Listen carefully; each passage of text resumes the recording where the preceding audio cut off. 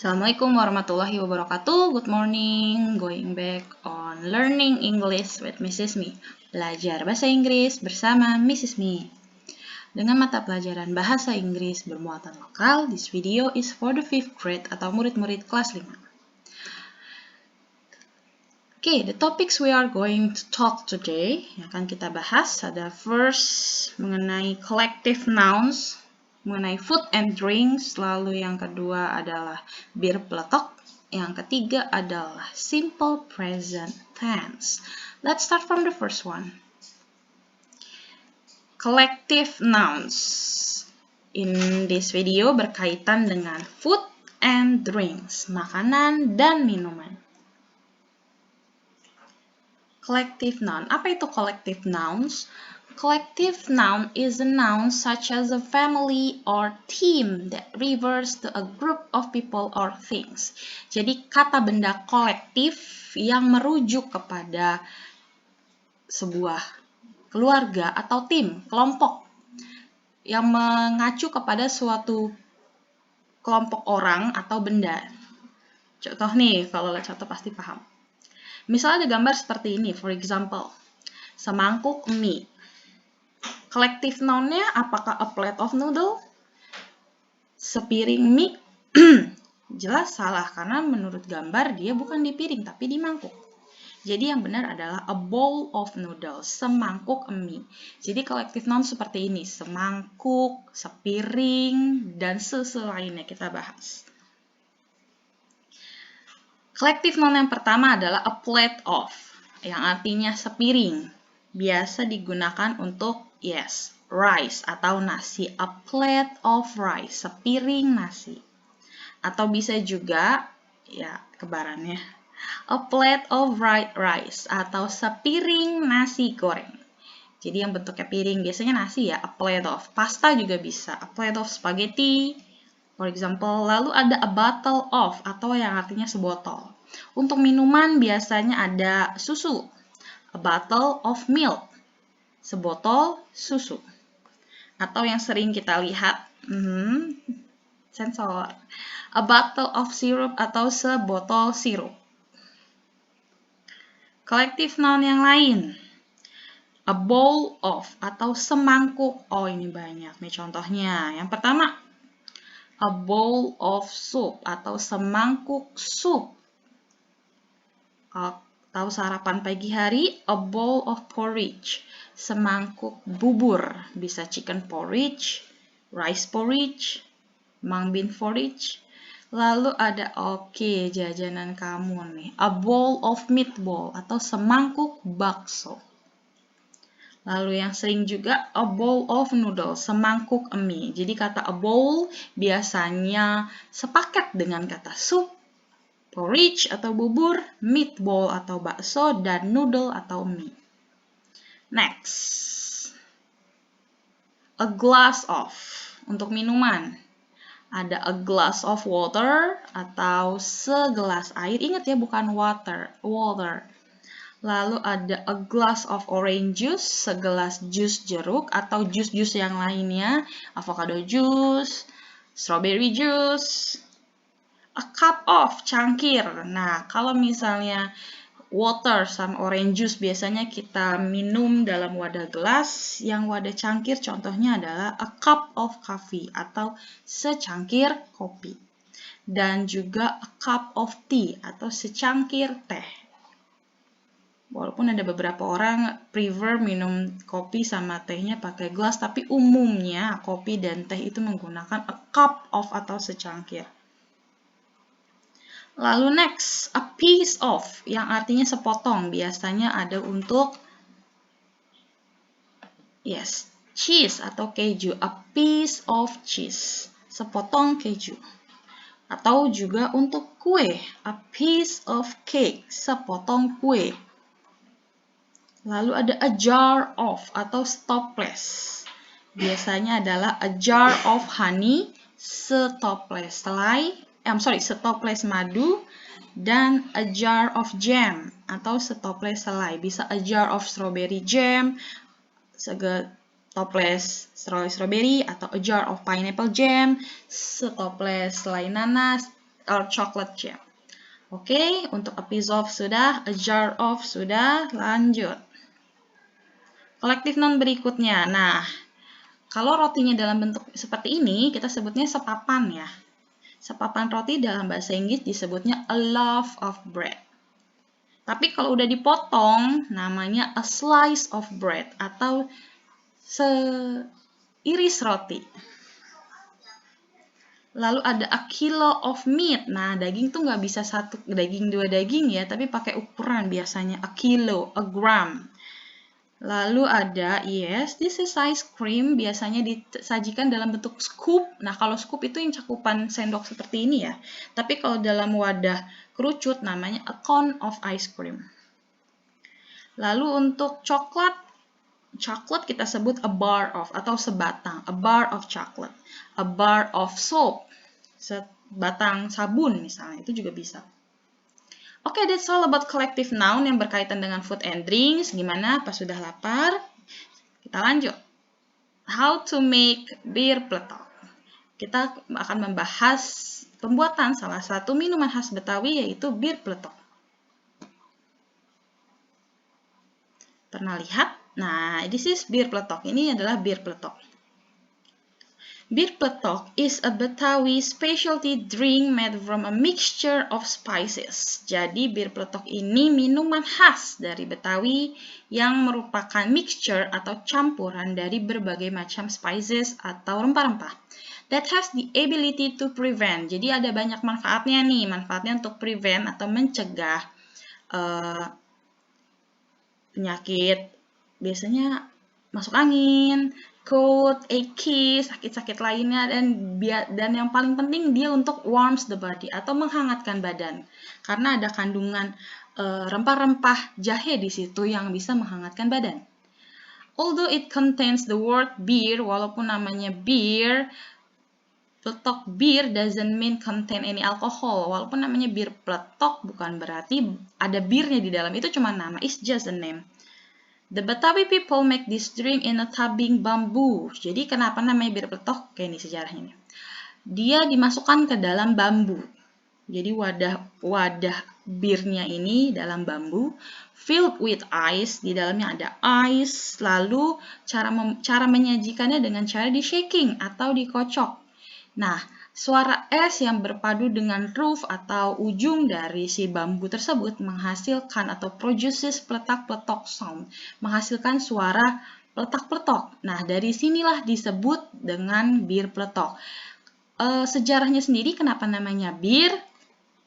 Dari salah satu sumber disebutkan, jadi pada zaman penjajahan Belanda dulu, orang-orang Belanda suka nongkrong-nongkrong nih sambil minum-minum bir. Orang Betawi yang pada saat itu lihat iri, kayaknya enak ya kalau kita nongkrong sambil minum bir juga. Tapi karena bir itu dilarang, haram, maka mereka membuat minuman khas mereka sendiri dengan dinamakan bir. Namanya doang bir, tapi isinya bukan bir. Tadi spices atau rempah-rempah. To make bir pletok, we need. Untuk membuat bir pletok yang kita butuhkan adalah first, ginger atau jahe. Nah, ini yang bikin hangat nih, ginger. Lalu ada lemongrass atau serai, bisa juga disebut serai. Lalu, nah tadi nih yang atasnya tadi ngapung, itu namanya lawang flowers atau kembang atau bunga lawang. Lalu ada clove atau cengkeh. And then apa ini, Miss?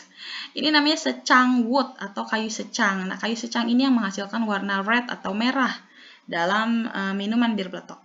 Lalu ada cinnamon juga atau kayu manis. Selain itu, ditambahkan juga brown sugar. Rasa manisnya dari brown sugar, gula merah, lime, sedikit jeruk nipis, pandan leaves, daun pandan, dan of course, dan tentu saja water atau air. How to make bir pletok? Bagaimana cara membuatnya? First, yang pertama, kita grill atau bakar gingernya. Kita bakar jahenya. Then bruise it with lemongrass and nutmeg. Lalu abis itu kita tumbuk bersama serai dan nutmeg atau pala atau tadi. Bisa diganti dengan bunga lawang. Lalu setelah itu boil some water. Kalau udah rempah-rempahnya tadi sudah kita tumbuk, Kita boil, rebus air, all of the spices and granulated sugar in a pan. Rebus tadi rempah-rempah yang sudah ditumbuk, the spices, bersama sugar, gula. After that, wait until the water boils. Setelah itu yang ketiga, tunggu sampai airnya boils atau mendidih. Yang keempat, take the spices, ambil rempah-rempahnya, and pour, tuang birnya in a glass or cup. Jadi kalau udah mendidih, dituang. Finally, bir peletok is ready to drink. Siap untuk disajikan. Oke, bir peletok sudah. Lanjut, materi terakhir, simple present tense. Simple present tense. We can use the simple present tense to talk about things we do regularly. Menjelaskan atau menceritakan things, hal-hal yang kita lakukan regularly atau secara beraturan. Bisa setiap hari, bisa setiap pagi, setiap sore, pokoknya berurutan. Nggak cuma sekali aja selesai, tapi terus-terusan. For example, contohnya, I play basketball every Sunday. Saya play, bermain basketball, bola basket every Sunday, setiap minggu. Atau she eats, dia makan fruit, buah setiap hari. Nah, ini adalah contoh kegiatan yang dilakukannya teratur atau berkelangsungan.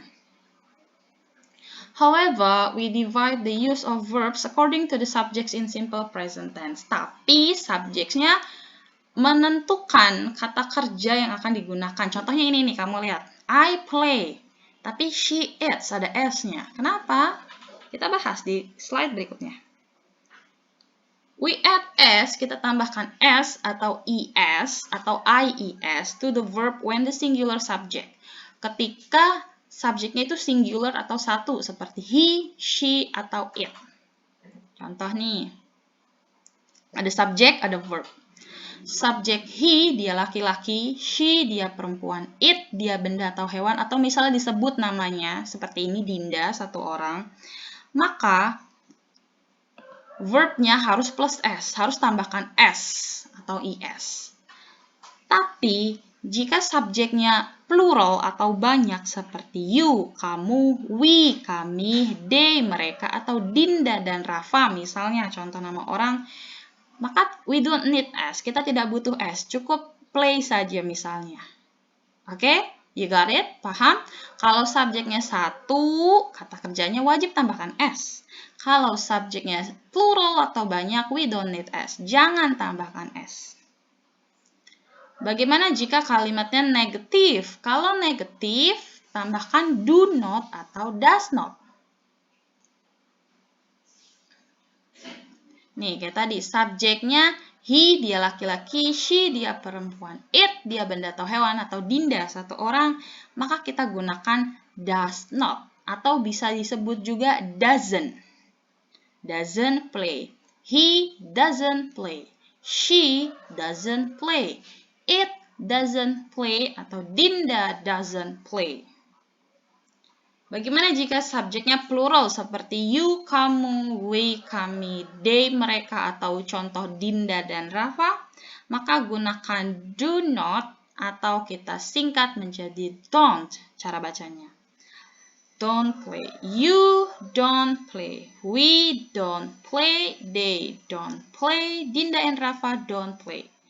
Miss, tadi kalau orangnya satu pakai S, ini enggak. Nah, jika kalimatnya negatif karena sudah ada doesn't, maka tidak perlu S lagi.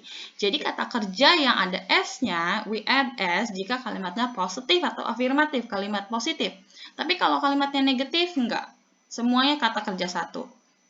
Tinggal kamu analisa penggunaan do not atau does not-nya.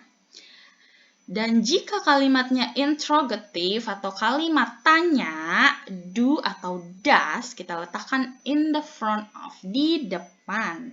For example, does he play? Does she play? Does it play? Atau does Dinda play? Tadi, ini kan subjeknya singular, maka gunakan does, tapi pindahkan ke depan, di depan. Begitu juga dengan untuk plural subject, seperti you. Do you play? Do we play? Do they play? Atau do Dinda and Rafa play? Sampai sini paham? Oke, biar makin paham kita praktis deh latihan. Contoh nomor 1. Minah and Udin. Menurutmu singular atau plural? Satu atau banyak? Banyak, lebih dari satu itu banyak. Minah and Udin, Minah dan Udin. Maka gunakan verb one atau verb tanpa S, yaitu go saja. Bukan goes ya. Tapi bagaimana jika kalimatnya seperti ini? Mrs. Nina, satu orang nih. Mrs. Nina karena satu orang, maka yes, cari yang ada S-nya belakangnya. Mrs. Nina sells, menjual. Next, bagaimana jika kalimatnya negatif atau kalimat negatif? Misalnya, kami tidak tinggal di Jakarta Utara. We don't live atau we doesn't live. Karena we itu banyak artinya kan, kami, maka gunakan don't. We don't live in Jakarta. Oh, I'm sorry. Ditulis ulang. My sister. Kalau tadi we banyak menggunakan don't, my sister satu orang, saudara perempuan saya. Maka gunakan doesn't. See? Kalimat interrogative. Apakah Pak Mamat kerja di Sudirman? Do atau does? Mr. Mamat satu orang loh. Jadi does. Does Mr. Mamat work in Sudirman? Apakah Mr. Mamat kerja di Sudirman? Terakhir, they, mereka. Karena mereka banyak, of course we use do. Do they study at SDN Semper Timur 03? Like that. Oke, jika kalimatnya, ingat untuk kalimat positif, cari yang mana yang menggunakan tanpa S, mana yang menggunakan S. Kalau negatif, pilih don't atau doesn't. Itu juga tergantung subjek. Dan kalau interrogatif atau kalimat tanya, do atau does ya di depan. Okay, I hope you understand enough about my lesson today. Thank you for watching. Wassalamualaikum warahmatullahi wabarakatuh.